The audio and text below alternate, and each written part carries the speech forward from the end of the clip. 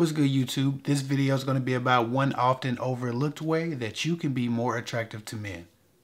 But before I start, I just want to say that this video is sponsored by Been Verified. With this service, you can check people, criminal backgrounds, vehicles, addresses, phone numbers, social media, unclaimed money, and businesses.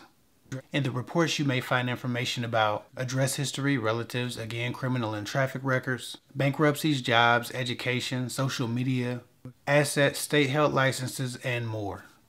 And at around just $14 a month, you can't beat it. And now you can go to checkbv.com/Kev for 15% off this monthly background check subscription. So if you're serious about protecting you and your family, especially from the guys that you might meet that you don't know, you might want to check this out. Now into this topic. Now this won't solve everybody's problem with not getting approached by men, but it will help a lot of you. I'm gonna get right to it. One of the most overlooked ways to appear more attractive to men is just to appear more joyful, happy, and more confident, obviously. To be at peace enough to express peace and exude peace. People forget just how contagious and alluring joy is. High vibrational people make more random acquaintances in public because people feel more warmth and acceptance from them. It makes people feel more confident around you because they don't sense judgment. Positivity validates people without words and draws them towards you. People are attracted to the light, just like well-lit rooms make us all feel more safe. No one says, "Oh look, a dark alley, let's go over there and mingle." With that said, sometimes having your guard up and an observable mistrust for men comes off as darkness. Anxiety weighs us down, and it's oftentimes more visually observable than we all realize. People may not know what they're observing, but most people can sense the unrest. Being very guarded and having a lot of skepticism and doubt can actually show on your face. Sometimes it can make people feel wounded just by being around you with that type of energy. Again, people may not know what's wrong, but they can tell something's wrong, and that makes you less attractive. So with that said, this is a way to project and give off joy and peace if you don't already. You can still be on guard, but it doesn't have to be observable to other people. People often, again, have a sense of rejection when they can obviously visually observe your guard. So you don't want that. A lot of times being at peace and being less guarded has more to do with your trust for you than anyone else. I always make random friends at the grocery store, and my wife makes fun of me because of it. People are just drawn to me. That doesn't mean I'm not skeptical. That doesn't mean I don't have my guard up and I'm not going to protect myself. But I can do that because I always trust me to make the right decisions. Sometimes when people don't trust themselves, they're much more guarded around people. And I don't blame them either. I mean, anybody can be a threat to you if you're the type of person who lets just anybody influence you. If you just trust anybody or have a habit of just taking people's word for it, it can be hard to project peace when your baseline emotion around new people is fear or anxiety. Now, if you have trouble being at peace around people, it obviously could be programming or trauma, which wouldn't be your fault, especially in the cases of childhood neglect, abuse, or mistreatment. But it could also be because you don't trust you to protect you, and because you know you might be a little bit too gullible. I don't know.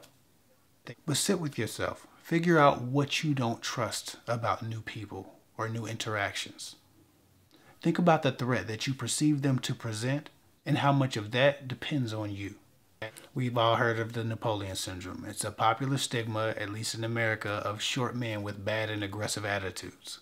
The common assertion is that they feel inadequate or threatened by more people. And because of this anxiety, they are more hostile and more guarded. This isn't my judgment, I'm just speaking to the stigma.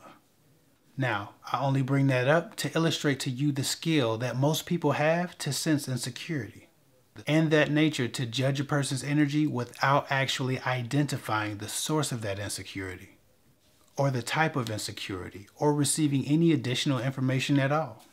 Now with that said, a man or a woman's insecurities are many times just as observable as the traits that people identify in observance of the Napoleon syndrome. The ability of humans to perceive insecurity doesn't limit itself to men of small stature. When we encounter someone who is obviously guarded, it repels us, even if we think they're attractive. The women I meet that project the most joy and peace are much more free and successful in their dating adventures. They know without a doubt they can trust themselves to be observant, to take their time with a man, to make him prove himself over time, and to make him earn his position in their lives, even running background checks if necessary. And all that regardless of how attracted they are to him. They have a system, they have rules, and they stick by their rules. They have very strict standards for themselves, and they don't betray themselves by breaking those standards with counterintuitive decisions with men. So when they go in public, the peace and confidence that they have in themselves is observable, contrary to those women who have their skepticisms, their anxieties, and their fears being their observable identifiers. Build a system that you trust and follow your own rules to be more free and project more peace to the world, or at least the men you encounter. Take your time with men. Hold off on sex if that applies to you. Run background checks before finding yourself alone in some guy's apartment. Establish boundaries. Have an exit plan for toxic relationships. Believe patterns of actions over words, and commit yourself to walking away from unhealthy attachments. And last but not least, never enslave yourself to anyone emotionally. Now, if you can trust yourself to follow these or your own rules, no matter how much you like a guy, while dating or even just meeting people, things become a whole lot less scary, and you can project a lot more peace because you have a system that you trust.